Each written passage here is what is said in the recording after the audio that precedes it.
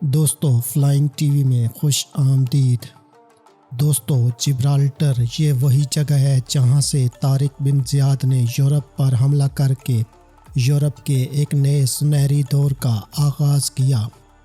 اس جگہ کا اصل نام جبل طارق تھا، جو بعد میں یورپی، افریقی اور عربی زبان کے مکسچر کی وجہ سے جبرالٹر بن گیا۔ جبرالٹر براعظم افریقہ اور براعظم یورپ کے عین درمیان واقع ہے۔ افریقہ کی طرف سے جبرالٹر یورپ کا پہلا ملک ہے۔ مراکش کا شہر طنجہ جبرالٹر سے صرف 14 کلومیٹر دور ہے۔ جبرالٹر کے پہاڑ سے طنجہ میں رات کی روشنیاں نظر آتی ہیں۔ دنیا کے 70% بحری جہاز بحیرہ اوقیانوس سے آتے ہیں اور آبنائے جبرالٹر سے گزر کر بحیرہ روم میں جاتے ہیں اور وہاں سے اسی راستے واپس آتے ہیں۔ یہ 3 اطراف سے پانی میں گھرا ہوا خطہ ہے۔ 1967 میں جبرالٹر کے شہریوں نے برطانیہ کے ایک حصے میں رہنے کے لیے ایک ریفرنڈم منظور کیا اور اس کے نتیجے میں اسپین نے خطے کے ساتھ اپنی سرحد بند کر دی اور جبرالٹر کے ساتھ تمام غیر ملکی تعلقات ختم کر دیے۔ 1985 میں اسپین نے جبرالٹر کے لیے اپنی سرحدوں کو دوبارہ کھول دیا۔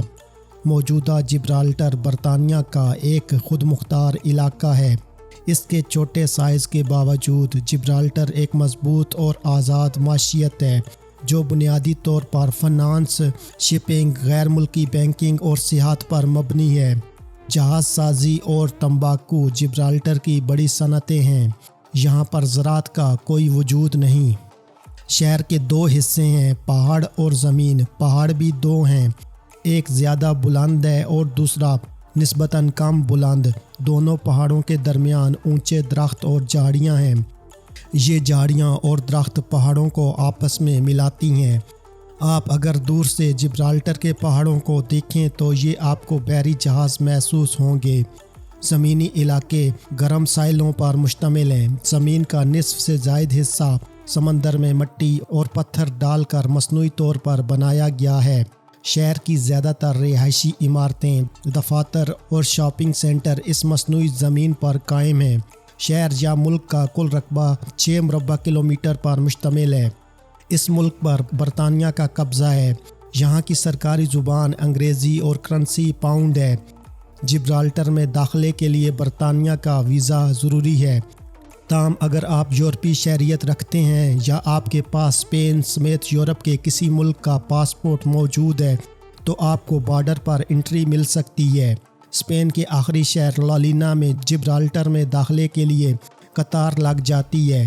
لوگ اپنی گاڑی پر بھی اس ملک میں داخل ہو سکتے ہیں اور گاڑی اسپین میں کھڑی کر کے پیدل بھی اندر جا سکتے ہیں۔ اس چھوٹے سے ملک کی آبادی صرف 32,000 افراد پر مشتمل ہے، جبکہ روزانہ 18,000 سیاح اس ملک میں آتے ہیں۔ کل آبادی کا مسلمان 7% اور یہودی 3% ہیں، جبکہ آبادی کا بڑا حصہ عیسائی ہے۔ جبرالٹر کرائم فری ملک ہے۔ لوگ دروازے اور کھڑکیاں اور گاڑیاں کھلی چھوڑ جاتے ہیں۔ ملک میں کسی کا پرس گم ہو جائے تو وہ گھوم کر اس تک پہنچ جاتا ہے۔ جبرالٹر کی تاریخ میں آج تک برطانیہ کی حکومت میں صرف 2 قتل ہوئے، چوری کے واقعات نہ ہونے کے برابر ہیں۔ گورنر ملک کا سربراہ ہے۔ اس کی تعیناتی ملکہ برطانیہ کرتی ہے۔ گورنر ہاؤس مین اسٹریٹ میں واقع ہے اور گورنر عام لوگوں کی طرح باہر نکل کر چلتا پھرتا رہتا ہے۔ جبرالٹر کا ایئرپورٹ دنیا کا حیران کن ہوائی اڈہ ہے۔ ایئرپورٹ کی آدھی لینڈنگ اسٹرپ پانی کے اندر ہے۔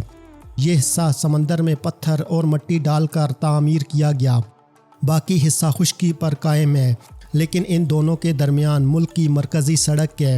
یہ سڑک ایئر اسٹرپ کو کاٹ کر 2 حصوں میں تقسیم کرتی ہے۔ سڑک پر ہر وقت ٹریفک رواں دواں رہتی ہے۔ جہاز کی لینڈنگ اور ٹیک آف کے دوران یہ سڑک بند کر دی جاتی ہے۔ جہاز اترتا یا ٹیک آف کرتا ہے اور پھر سڑک دوبارہ ٹریفک کے لیے کھول دی جاتی ہے۔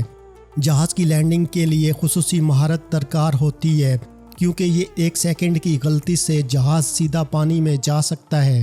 جبرالٹر کے لوگ سلجھو اور مہذب ہیں۔ اور یہ رک کر ایک دوسرے کا حال احوال پوچھتے ہیں۔ کوئی بیمار ہو جائے یا کسی کی شادی ہو تو پورے ملک کو معلوم ہوتا ہے۔ ملک کے دو بڑے سورس آف انکم ہیں، سیاحت اور آن لائن جوا۔ ملک کی نصف آبادی سے زیادہ سیاح روزانہ یہاں آتے ہیں۔ سیاح اس ملک کی معیشت چلا رہے ہیں۔ یہ ملک تعلیم، صحت اور ٹرانسپورٹ فری ہے۔ بچوں کو اعلیٰ تعلیم کے لیے وظائف دیے جاتے ہیں۔ بچے ان وظائف کے ذریعے برطانیہ کی اعلیٰ یونیورسٹیوں میں مفت تعلیم حاصل کرتے ہیں۔ حکومت طالب علموں کو رہائش اور ہوائی ٹکٹ تک دیتی ہے۔ عوام کے لیے علاج مفت ہے۔ ملک کے اندر ٹرانسپورٹ بھی فری ہے۔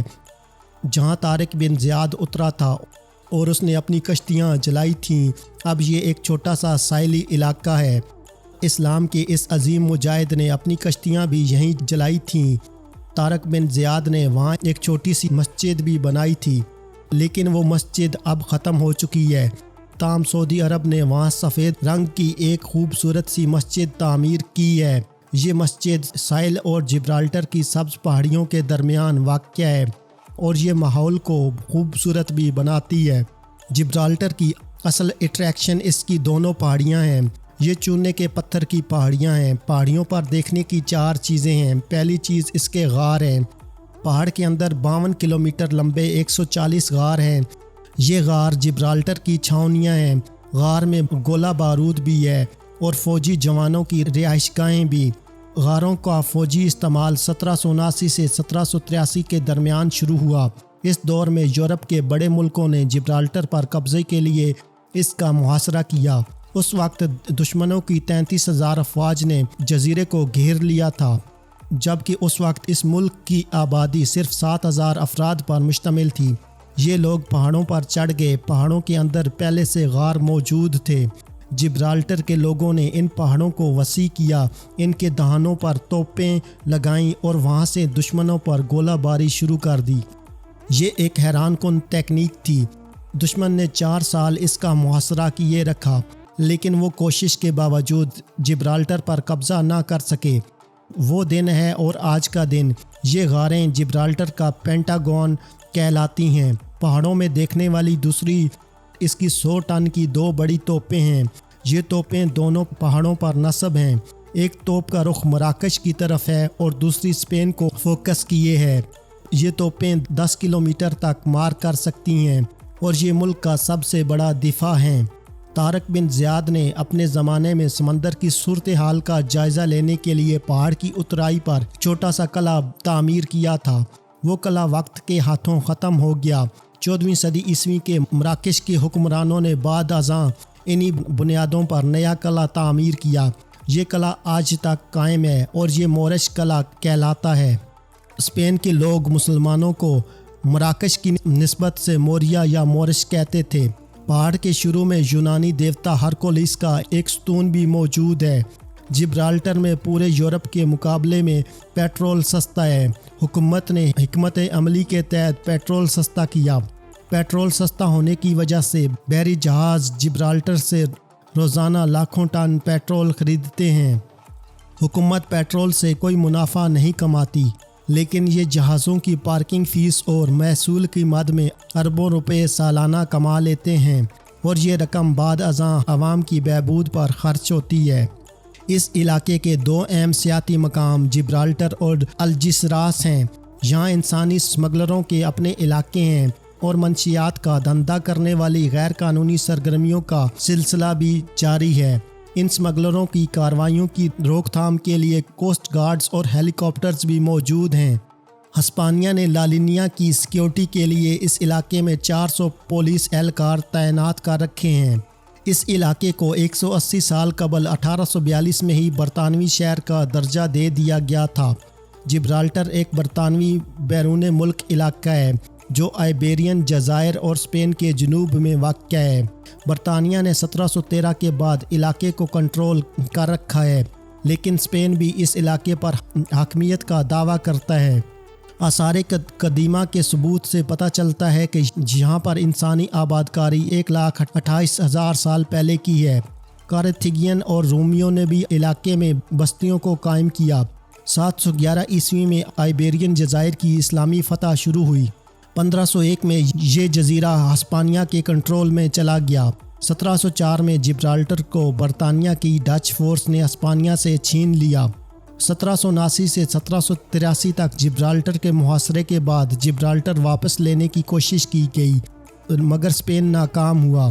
1950 کی دہائی میں اسپین نے اس علاقے پر پھر کنٹرول حاصل کرنے کی کوشش کی۔